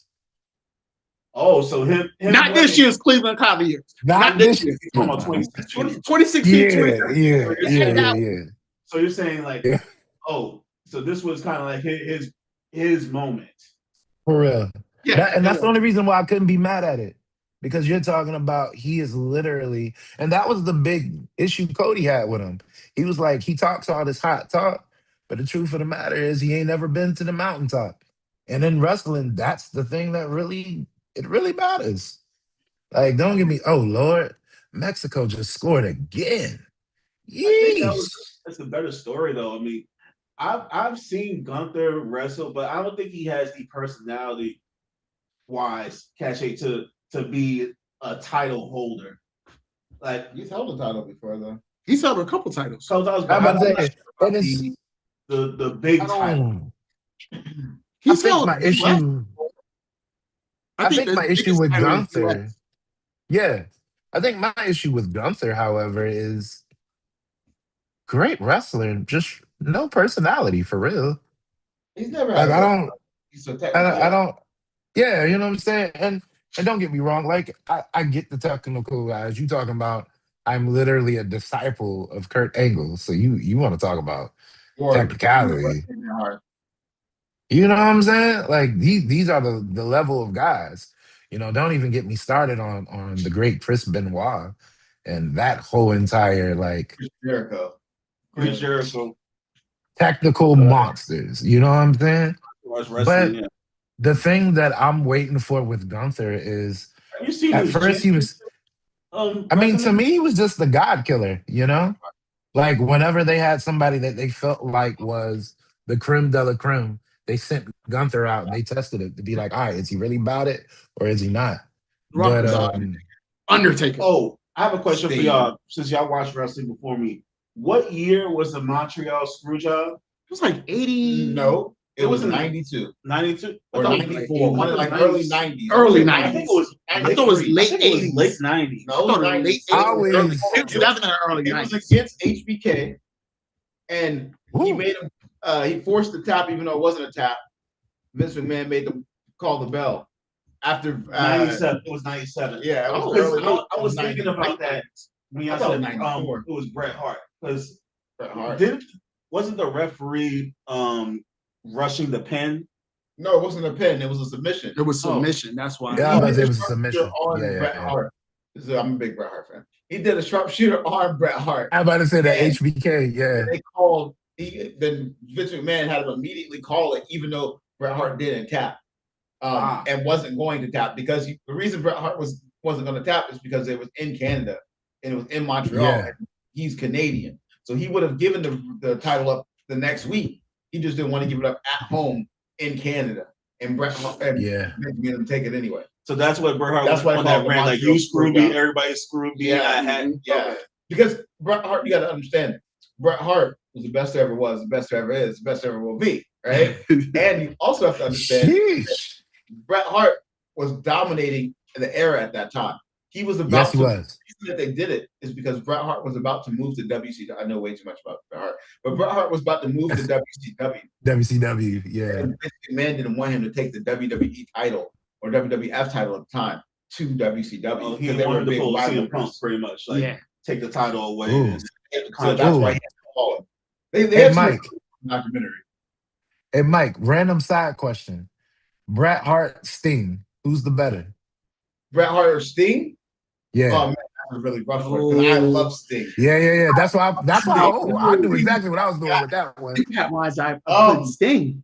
No, I can't give him that. Okay, so because you got to remember, he's over multiple. We're about to go with multiple decades, but so was Bret Hart. Yeah. You also have to understand that Bret Hart's lineage was British Bulldog, was Owen Hart, the Hart Foundation, right? The Hart Foundation, yes, sir. He had a legacy that he built after him.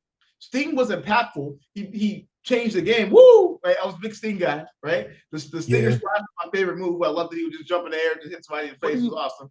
But the Scorpion Deathlock was exactly the same as a lot of other moves. It wasn't like unique, right? It was similar to the 4-leaf clover that Dean Malenko did, right? Facts. Bret Hart. Boy, you dropping names right now, brother. Yes, sir. And Bret Hart was so technical that he could sell any fight. So the reason that Chris Jericho is good is because he can sell. He learned that from Bret Hart. Bret Hart was the original person that could sell it and actually do the moves. So it wasn't like, when you would fight Goldberg and somebody would get injured because Goldberg didn't know what the hell he was doing, right? Bret Hart. Big facts. Fight. Big Kurt Angle, most of the times when Kurt Angle is fantastic, he learned that from Bret Hart as far as him being so technical that he can make somebody. Which is why I like Bret Hart. Look great. Sting couldn't do that. Man. Sting wasn't as technical as Bret Hart to make somebody that wasn't good look great. Sting was fantastic. He had amazing matches, and his impact was great at NWO and Black and White Sting and Old Sting and etc. But here's the thing: was he a striker more than the technical? No, Sting was like all over. Sting was all over. So Sting was like okay. Sting was who the Ultimate Warrior was supposed to be, right? That is facts. So I was big. You talk 90s wrestling. We're about to have a whole different conversation. But right. I actually watched wrestling. I was like, this is before I started wrestling myself. So I think I might argue that Sting might be one of the greatest heels of all time. Sting is one of the greatest wrestlers, period, of all time. And he was great as a babyface. He was great as a heel. He was great character development. Sting was amazing. Sting is no bullshit. Sting is probably in my top 6 or 7 wrestlers of all time, of every wrestler in every era. Wow. But when I think about Bret Hart's impact for me, I grew up loving Bret Hart. And I grew up loving Bulldog, and I grew up loving Owen Hart, and I grew up loving the Hart Foundation. And here's the thing, is that Bret Hart, WWF wasn't relevant. You have to remember that. Right, WWF not yet. Was below WCW. It was below. ECW was actually taking WWF's lunch, right? Nitro was going crazy. Monopoly. Bret Hart was the reason. Yes, they tried to say it was Hulk Hogan. Cool. Hulk Hogan had the fanfare, but the actual wrestling that made people watch it was Bret Hart. It wasn't Sting.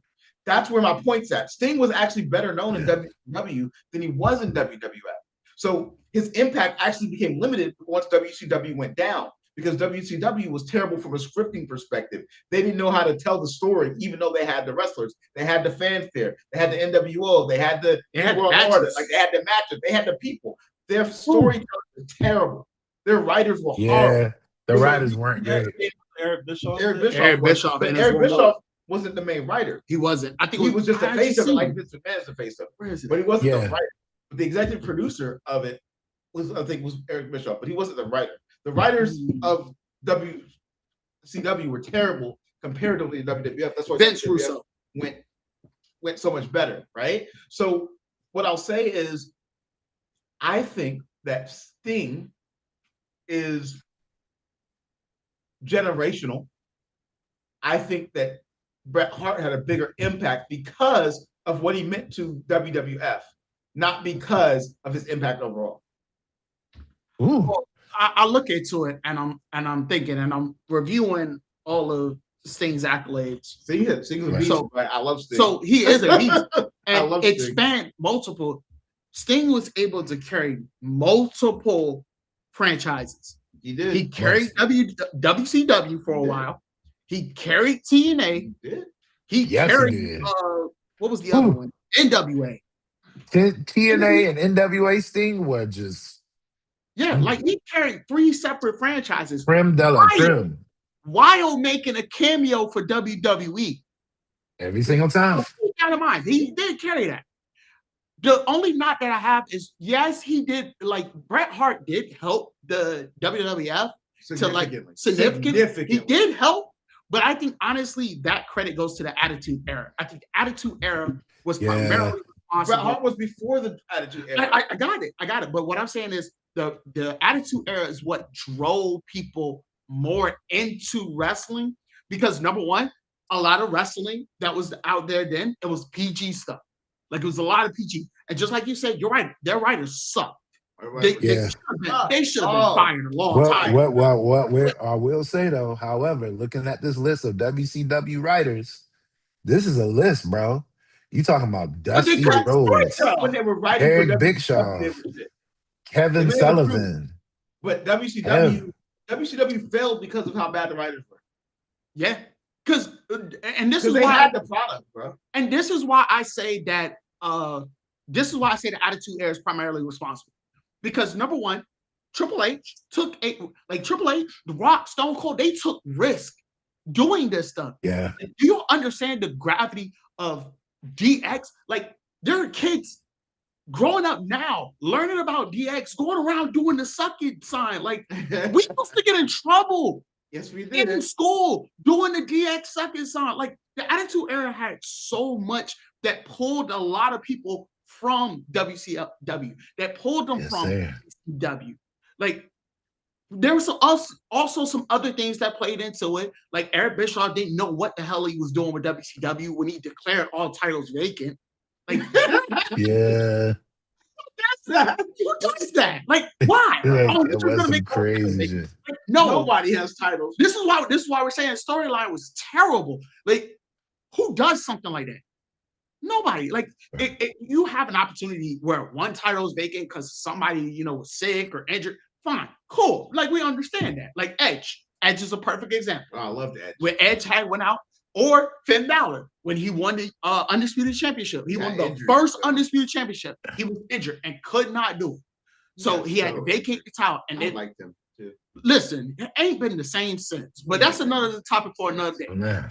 So when we look into it, like, I think that would be the only knock on Bret Hart because, yes, he did have a bigger impact in getting people to the WWF, but I think the number one would be Attitude Era. Like, But Sting, the question is Sting or Bret Hart. Oh, yeah, Sting wasn't really big in the Attitude Era comparatively. He was in WCW. That's true.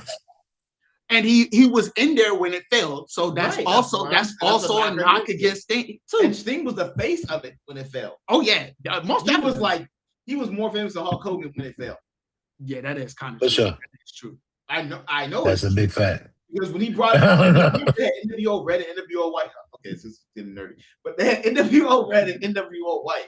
And when Sting deflected from NWO White to NWO Red, it was huge. And then they had K-Dog and Rey Mysterio and Kevin Nash and all them boys. And then when he came back, this is where the story messed up. He came back from Red to White, and that's how he finished as NWO. That's when NWO went down because the storyline didn't make any sense because he had already defected.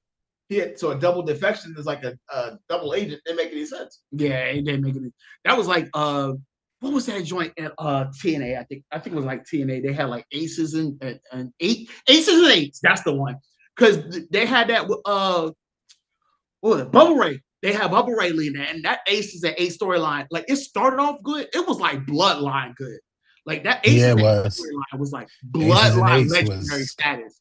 But then it got to like double agents and stuff like that. I don't know what the writers were thinking. It got crazy, and then that's why TV started. Yeah, because I love your segue in that TNA franchise. Yes, they were.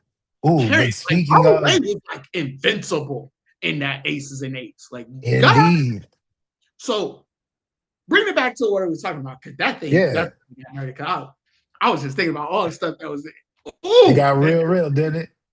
So then I would ask you now, who do you think? Do you think the Bloodline is on that level of factions, or do they still have work to do? Greatest faction ever? Absolutely.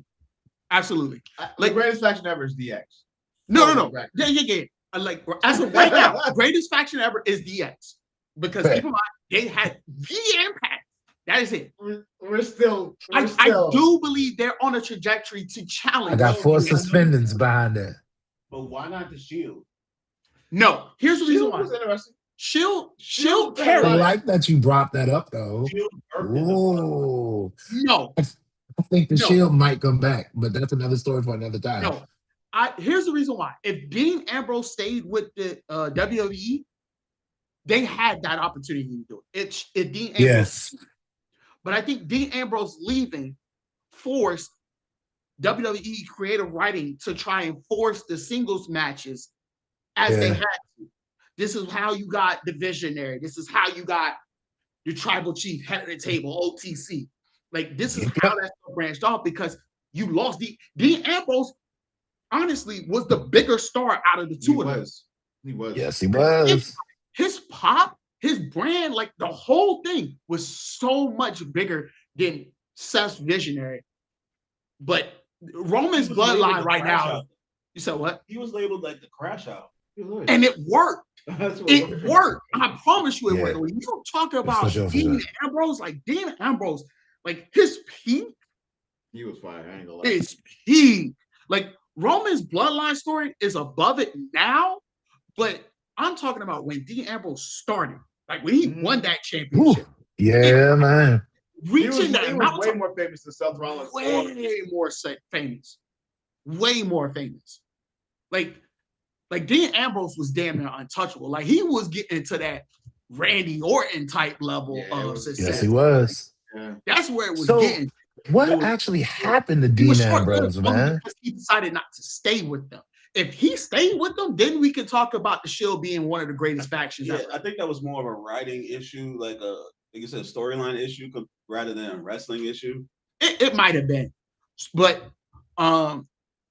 back overall, but yeah, Bloodline, like Bloodline has the opportunity to be like one of the top factions ever, and at least in that conversation. Because when you start to think about it, because keep in mind, the Usos had to fight some very good competition to get to where they were as far as the tag team championships. Like RK Bro, and it pisses me off they got rid of RK Bro, because you want to talk about technicality. RK Bro was a very technical. Those matches was legit. I'm sorry. Seeing 2 RKOs from Riddle and Randy Orton, legendary.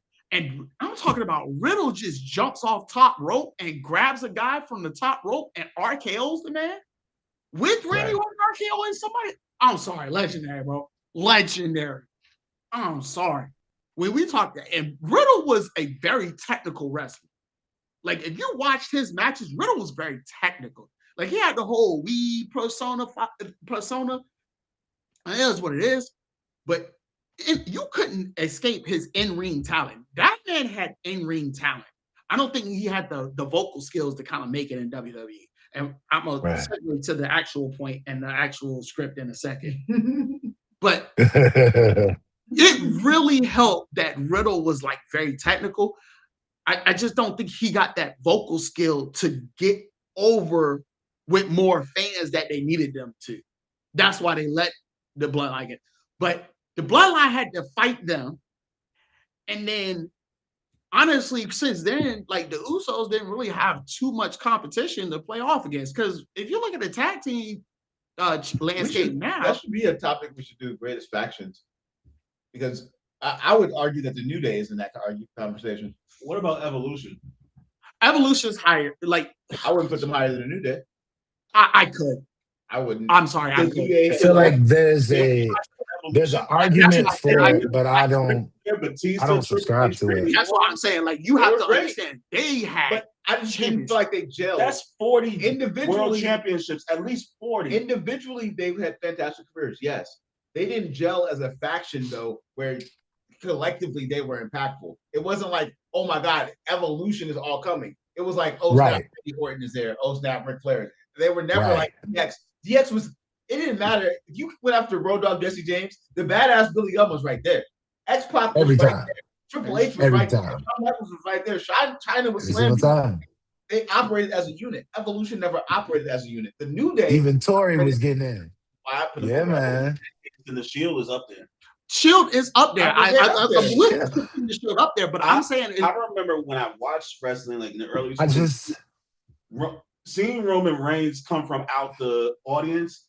He was the most threatening out of the bunch. Everybody knew that. But again, the popularity when you talked about Honor of the Three was Dean Ambrose. It was Dean Ambrose, and it always was. The reason why they had Seth Rollins betray the Shield was because, honestly, Seth Rollins needed that opportunity to have his individual and singles time. But Seth Rollins was the brain of the bunch. He was the brain of the bunch. But again, it was all based on because Roman Reigns was carrying.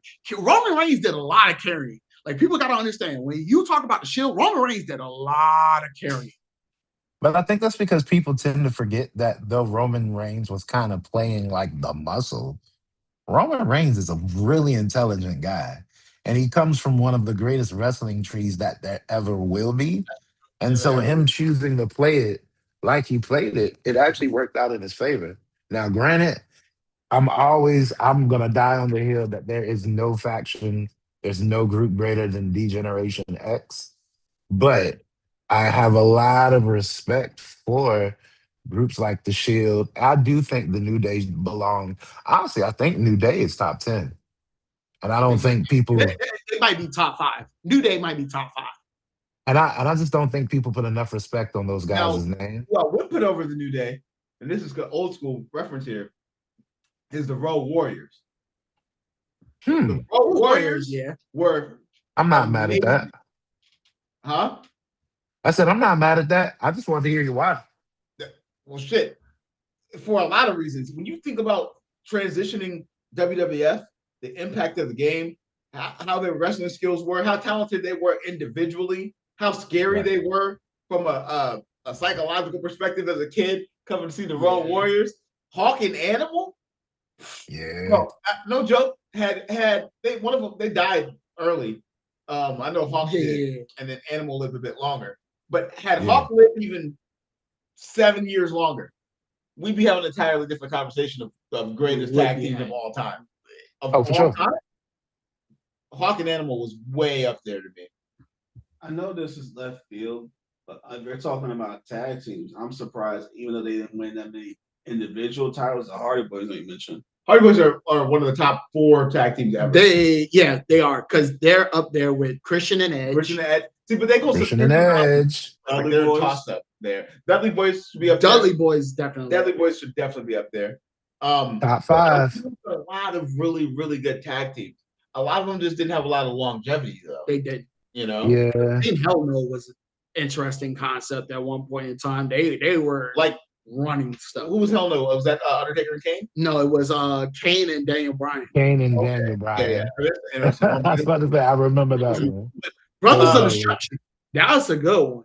You talk about Undertaker and Kane. That one's Undertaker. What about the top 4? The Farouk and Bradshaw? Oh, APA. Oh, APA. Listen, APA for sure. No, I saw this video on Instagram. I'm like, who this big black dude throwing everybody?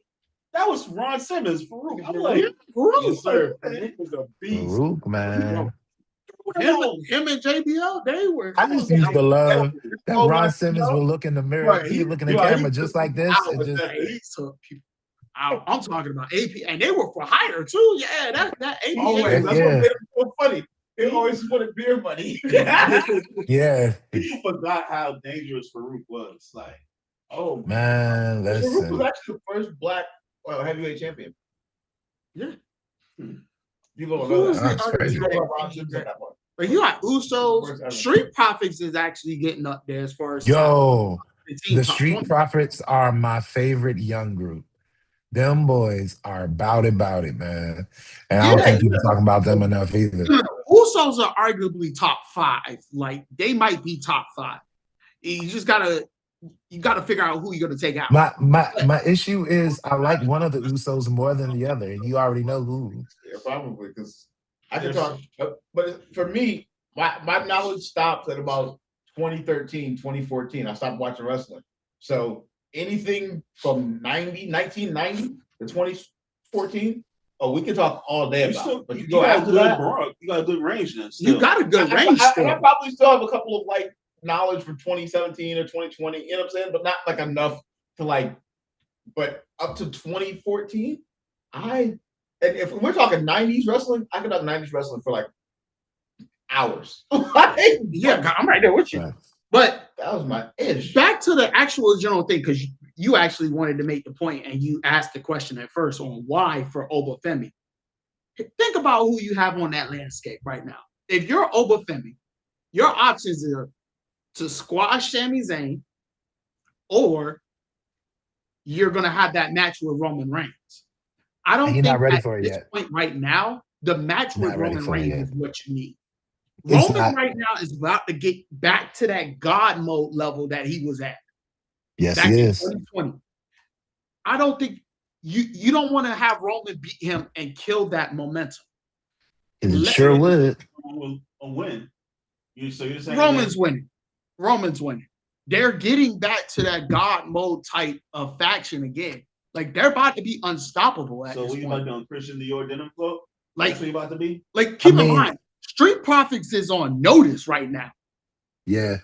And I don't even know who the other tag team is, but they might be on notice too. But Street Profits is on notice. Usos are coming. Yeah. If Jay doesn't challenge Sammy for the title shot, because that's what I think honestly it'll get to.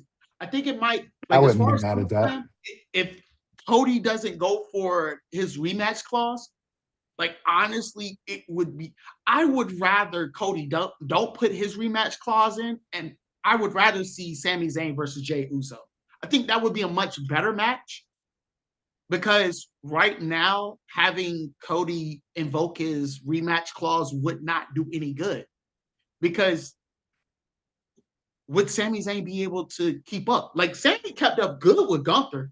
That's why he won the title off of him. And also Cody's mic skills have dropped off a bit, and he's lost popularity with the people at this point in time. They want to see a fresh face. So that's why I think Sammy versus Jey Uso would be a good matchup at this point in time. Also, you don't want Oba to take it, because right now Roman's looking at that Universal Championship. Because, like I just said, he wants that God mode status. Yes, he does. So why would you have Oba? And WrestleMania is not even like we just got out of WrestleMania, so that build up is like not even worth holding. So what you're saying is Oba is ready, but it shouldn't happen just yet because you got to build that storyline up. Yeah. Also, you have to agree. You had him lose against Brock Lesnar. You had him 1-1. It's 1-1. So you got to have the rubber match to determine it, and that's why I think it's very important. Go ahead and get it out in SummerSlam. Get it out in SummerSlam. You can have a good match. So go ahead and get this out the way. Do you think this is the venue where Brock hangs up his cleats? Because it is in Minneapolis, if I'm not mistaken. This is his hometown. If it's in Minneapolis, I think he'd go ahead and hangs it up. He should have hung it up in WrestleMania, but I mean, I want to be the guy to say that he should have, but I knew he wasn't going to. We all knew he wasn't going to do it. I was like, it just seems it's wild for him to kind of like hang it up, because it was too early. It was too quick, because I believe that was the night where he won in like 2 minutes or something like that. I don't know, but yeah, I do think the women's landscape is finally, dear God, finally getting back to what they were doing. Because I think they fell off within the last year and a half. Jade is getting a little bit better, which is why I'm glad they didn't give her that title back. Because they need some new rivalry out here. They're making it work. They're making her work for it, and I'm not mad about it. At first, I was a little miffed because I was just like, "Come on, man! We all know Jade Cargill's a monster. Like, why are we playing with this girl? You know what I'm saying?" But when I sat down and I really did the math, I was just about to say, but like the issue is she's only good in the ring. All the other intangible work, she really needs to do the intangible work because it ain't great. I missed that. It ain't great. That was Jade. Huh? That was Jade. Jade is not the thick. It is the buff joint. The thick joint. The light skin joint. Oh, are you talking about Bianca? Nia Jax. Oh, Nia Jax. Oh yes, I need more of that in my life. Wasn't she in the title shit? Hold on, let me see. I think she's in the tag team championship. I don't know, but I need more of her in my life. I'm gonna double down and just become a Nia Jax fan. Matter of fact, I'm about to have I'm about to be stripping it off. You gonna see Nia Jax up here under the hairy chest, not over it, under it. Like I'm gonna have to tattoo her under my chest and then put my hair back on individual strands. That's the love I have for Nia Jax.